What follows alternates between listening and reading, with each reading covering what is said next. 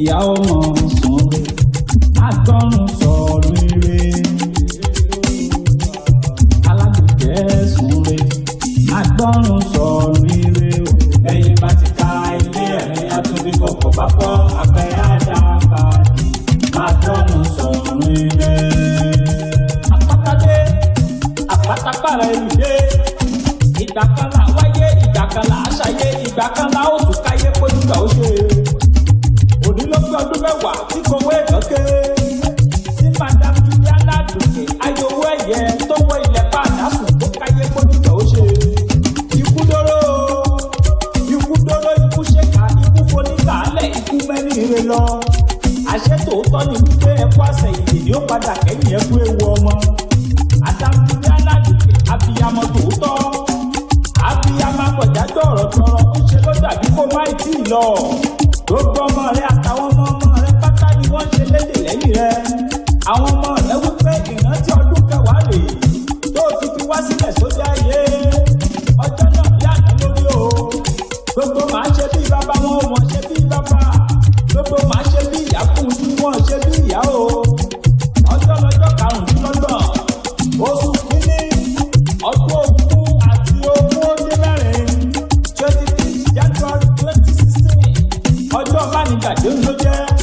kówé yìí ké kówé yìí ò ha a ó tètè mọ̀ wípé ìyá títí láyọ̀ ló rìnrìn àjò ìyá bá ń lálẹ́ lọ́nlẹ̀ yóò ní gbélé màmá àṣẹ̀sán ó ti lé ilẹ̀ mí tuntun Juliana ìyá Kristana ó ti wọnú lẹ́tà ìbánijé ìyá Olúwatóyìn ó tọ́ bá jẹ lálẹ́ bí ọ̀run ni kó máa bá wọn jẹ lọ́jọ́ tó lọ a ò lè dàdí gbogbo ojú pátá ni wọ́n ṣògbélé fún wọ́n wí pé tó ti dìgbà náà nù gbogbo ẹnu pátá ló ròyìn wípé Juliana Aduke ó ṣàbíyamọ ó bímọ rẹ ó tún ṣayé ire kò sóhun tí ò lè bu yẹn tó bá ní ìbàjẹ́ wípé ikú tó wà àfúnlówó ikú kọ̀ ikú ọ̀gbà kankan lọ́wọ́ wa ẹni ilé ní kú mú lọ ó ṣe ilẹ̀ jẹ́ èèyàn ọmọ alágbàdo rárá èrè yíyá ayèrè yíyá àrùmọ̀nà dẹ́sùn lágbàdo àbárẹ́ ọmọ náà lùlù iye súré o ọmọ ẹ̀ṣọ́ oríta èyí òkè ilé mi ẹ̀ṣọ́ ilé mi ọmọ amóbìsókè ẹ̀rùn kíní ọmọ asọ́rọ̀ máyàtọ̀ ni ọmọ omire ọmọ omu wẹ́rẹ́wẹ́rẹ́ ọ̀nà àbí ọmọ àrìnkèrè dé ọ̀nà àbí kàrẹ́ o lúlé ọkọ rẹ lúlù sábà Èkìtì